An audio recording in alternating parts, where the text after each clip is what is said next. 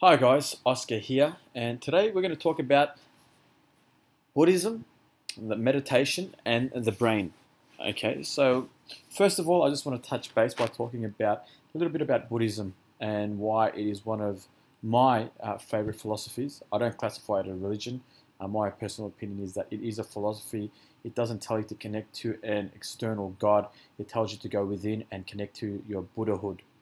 Okay, the awakening of your true self. Now, in Buddhism, the fundamental teachings are the Four Noble Truths.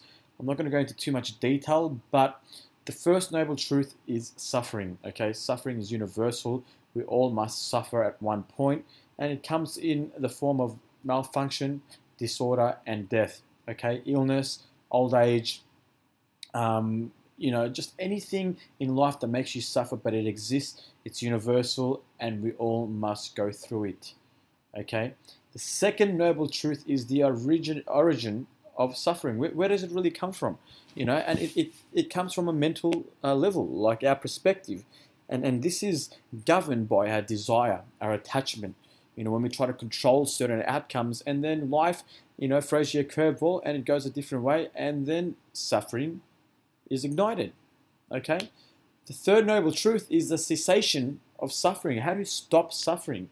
How do we attain to have this liberation? How do we stop it? Okay? And it exists. We just got to figure out how. And the fourth noble truth teaches us that the path to liberation, okay, the path to stop this suffering, that's happening on a mental level, that's then reflected on an emotional level, is through what the Buddhists teach, the Eightfold Way. Okay? So, just to sum it up, 1, life has inevitable suffering. 2, there is a cause of our suffering. 3, there is an end to our suffering. And 4, the end of suffering is connected in the Eightfold Way. Now, the Eightfold Way is pretty much just a system that allows us to live life in harmony so we can stop suffering. And this is done through the Eightfold Way, okay? And it's broken down into 8 different sections. The first one being right understanding, okay? Always have the right awareness and right perspective. That's what understanding means. So if something negative happens in your life, show understanding to it. Don't just kind of react to the experience. Become aware of it, okay? Show compassion. Okay, when someone comes to you, be compassionate for them. Understand why they're coming to you, for example. Understanding, okay? Right speech. Always speak the right words. Be positive when you speak. Use the right tone. Be aware of your words. Okay, and always trying to create harmony when you speak. Right livelihood. Create a positive lifestyle for yourself. Health, fitness. Do things that are going to help you grow as a person. Do things that are in harmony with your spirit. Don't go out and live a toxic, abusive lifestyle, filling your body full of substances. Okay, right concentration. Always focus and give attention to people when they're talking to you or a certain experience. Don't sit there and be consumed by thinking, and be aware of it if that is happening, and make the right effort to obviously bring yourself back into the situation by concentrating. Right mindfulness. So be aware of why you are feeling a certain way. Don't just shower in these negative emotions. Be aware of why you're thinking a certain way and start to understand the dynamics of your mind and body. Right effort. If you're going to do something, do it with a smile. Okay, don't go something half-hearted. If your heart's not in it, don't do it. Put the right effort in. Right action. Okay, basically means that, if you're going to make a choice, make the right choices. Okay, be aware of your choices and understand the aftermath of your choices and make the right actions in life that you resonate with. Right intention. Okay, come in alignment with your attention and project the intention out into the world that is positive. Don't sit there and have a negative intention towards someone or a person or, an experience. Always try to have a right intention. Okay. So what I want to now talk about is a little bit about meditation and the brain. So now, you can read 1,000 books and become intellectually saturated, but you're going to get to a point where the ancient teachings or the fundamental teachings in life tell you to go within. What does within mean? Okay, we've all heard it before. It means to pretty much the only tool or method to go within is to meditate. Now, there's no right or wrong way to meditate. It just basically means to embrace silence and quieten your mind. Now, let's jump straight into meditation and the brain, okay? Now, I'm going to read a few things out that I've wrote, that I've also found on the internet, and then I'm also going to give you my opinion on a few things. Now, there's a really nice quote that I've written. It says, essentially, when you spend a lot of time meditating, the brain shows a pattern of feeling safe in the world and more comfortable in approaching people and situations. The mind is less vigilant and afraid, which is more associated with the right hemisphere of the brain. Okay, so when you start to meditate, you start to become calm. Your social anxiety is just minimized. You start to become in control. There's no edginess. There's no anxiety. You're at one. You're at peace. And you're activating the left hemisphere, okay, which is more associated with happiness. Now, there's two important parts of the brain when we meditate. The frontal lobe and the limbic brain. And these are two parts of the brain that make up your personality. Okay, they function and interact with each other, influencing your behavior, your emotions, and your thinking. They have a profound influence on your personality, who we are, and how we feel. Okay. Now, we're not going to talk about the other parts of the brain. Okay, we're just going to focus on these two parts of the brain. The limbic system, from an evolutionary point of view, is an ancient structure that is found both in humans and lower animals and is associated with survival and emotions. The limbic system is your emotional brain. It's pretty much where your emotions are made, and it is associated with love and fear. And that is the part of the brain within the limbic system called the amygdala. It is connected to the flight or fight response via the sympathetic nervous system. All right, I'll explain more about that in another video. Emotions originate from the limbic system, but the nature of these emotions can either be positive or negative, and they are strongly influenced by the frontal lobe, which communicates with the limbic brain through a set of important frontal limbic loops. So this is just pretty much a connection between two parts of the brain, and they are constantly communicating and interacting with one another that then ultimately influence the way you think, the way you act, and the way you feel. The frontal lobe more or less is the front portion of your brain. Okay, most important part is the prefrontal lobe, which is the newest and most evolved brain. We can find dolphins who are highly evolved mammals but also have adapted a prefrontal lobe. The prefrontal lobe is responsible for joy, enthusiasm, happiness, creativity. Okay, the frontal lobe and limbic brain work in tandem to create more of a sensational experience.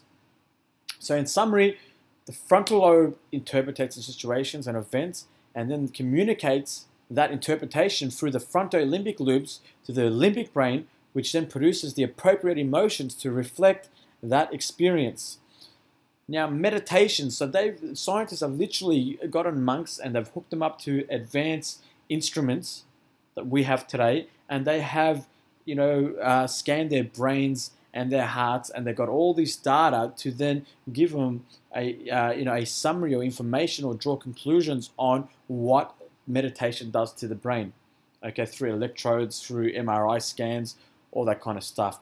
Now, when practitioners divert their attentions towards a mantra, okay, like Om, or an object, gangs of neurons in the brain are activated in the frontal lobe and also the parietal lobe, okay, which is another part of the brain. Now, when the attention is brought back within the breath, another part of the brain called the anterior cingulate gyrus, and I don't even know if I pronounced that right, part of the limbic brain, and this is also known as the insula. Okay, the insula, just all you have to know is that insula is responsible for self-awareness. The amygdala is the part of the limbic system which is responsible for the flight or fight response. So when people start to meditate, people with a lot of anxiety, their amygdalas are enlarged. They're very sensitive, they're overreactive. Okay, so when you start to meditate, it actually starts to decrease, and it starts to have less of an impact or an influence in your life. And this is how you pretty much reduce stress, is by quietening down the amygdala. You're not so sensitive, you're not so reactive, your stress hormones come down. Okay? During meditation, the amygdala is quietened and the activity reduced. Okay? This helps you stay centered and relaxed.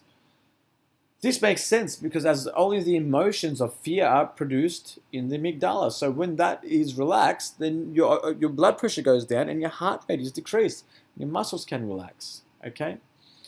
Improved during meditation, okay, is the frontal lobe, the left frontal lobe, okay, which is responsible for positive emotions, and the right frontal lobe, which is responsible for negative emotions, and that is highly quietened down, and the left frontal lobe responsible for positive emotions, that is enhanced. Okay?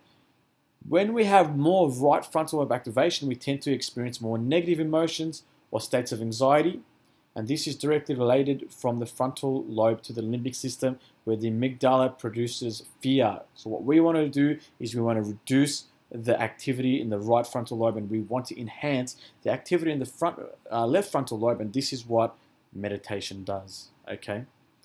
Now, neurotransmitters like serotonin, endorphins, melatonin, all these messages in the brain responsible for happiness and pleasure are stimulated, released into the bloodstream, and these enhance your moods.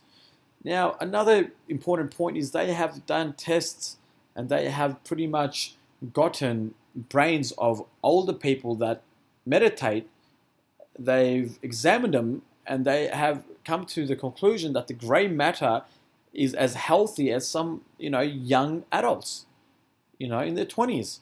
So the gray matter in your brain is where all the cell bodies, the dendrites, the terminals, the neurons, where all your synapses, where all your information, where it's pretty much what, your brain, where all the important stuff, what your brain functions or what your brain needs to function is held. So when that is thick, you have a healthy brain. So even people up to the age of 50, 60 that meditate, they still have a highly dense, thick gray matter. So their brains are very healthy.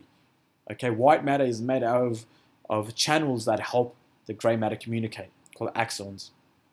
Okay, now different types of meditation. Research has found monks with over 10,000 to 50,000 hours of meditation, that were examined and tested, that did compassion meditation. So they pretty much were thinking about something positive, thinking about love, thinking about unconditional love for everyone and anyone, and just radiating that out. They found that the gamma activity in the brain, and I state this is from an article where it was 5 to 15 seconds after beginning meditation. So the gamma activity in the brain had increased 5 to 15 times. And gamma, the only thing you need to know about this is a very, very high frequency. Once it starts to oscillate in synchronicity in the brain, that is just linked to higher levels of consciousness, without getting too technical. The more gamma waves that you produce in your brain, the more higher levels of consciousness. It's like connecting to cable after being on dial-up internet, And they've started to find synchronicity from the frontal lobe to parietal lobe in the brain. So your brain starts to become in sync with one another, start to come into alignment. And this is what they say in the Wikipedia about gamma waves. A gamma wave is a pattern of neural oscillation in humans with a frequency between 25 and 100 hertz to 40 hertz is atypical. According to popular theory, gamma waves may be implicated in creating the unity of conscious perception. All that means is that if you produce gamma waves, you're in the zone. Mindfulness meditation. So when scientists research this, by getting monks and hooking them up into certain scientific instruments, they found that when they focused on sensations, feelings, and they start to become aware of their thoughts, and they start to become labeling certain states without actually being consumed by thinking, they started to become aware of it. They started to become mindful of it. And that's probably the wrong word, mindful. That probably states your mind is full. They started becoming aware of thought processes. They started becoming aware of certain emotions. They were just, more the witness or the observer apart from the programming. And they found that, research found that cortical thickness in the middle part of the brains had thickened, like the gray matter, enlarged right insula, which is responsible for self-awareness, and it had more activation in the left frontal lobe, which helps cure depression and anxiety. So with repeated practice of meditation, we can find practitioners have the ability to control their moods and emotions, a lot better than people that don't meditate. Okay, that just live a life of just, accumulating so much stress to the point where they are victims of their conditioning, they're victims of their programming, they're victims of the past. So with meditation, we start to bring awareness and presence into, the operating seat. And in the operating seat, that's when we become the conscious observer, okay, that starts to observe the programming, the emotions, the thought processes, the conditional patterns. And when this happens, okay, we can start to modify, examine, change. So we can now manifest a state of being that reflects, our level of mind, and the level of mind being what this state of meditation is creating. Okay, it's only when you come to pure silence do you let the brain rest, and do you let the harmony and alignment that naturally occurs otherwise. Okay, we're living in a world full of stress.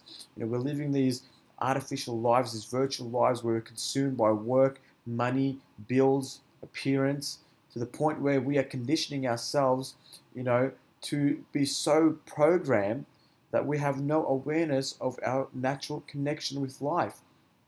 Okay, we've lost the ability to just be. Okay, all these labels, concepts, interpretations, living in such a society that is so materialistic, we get consumed. It's a vicious cycle.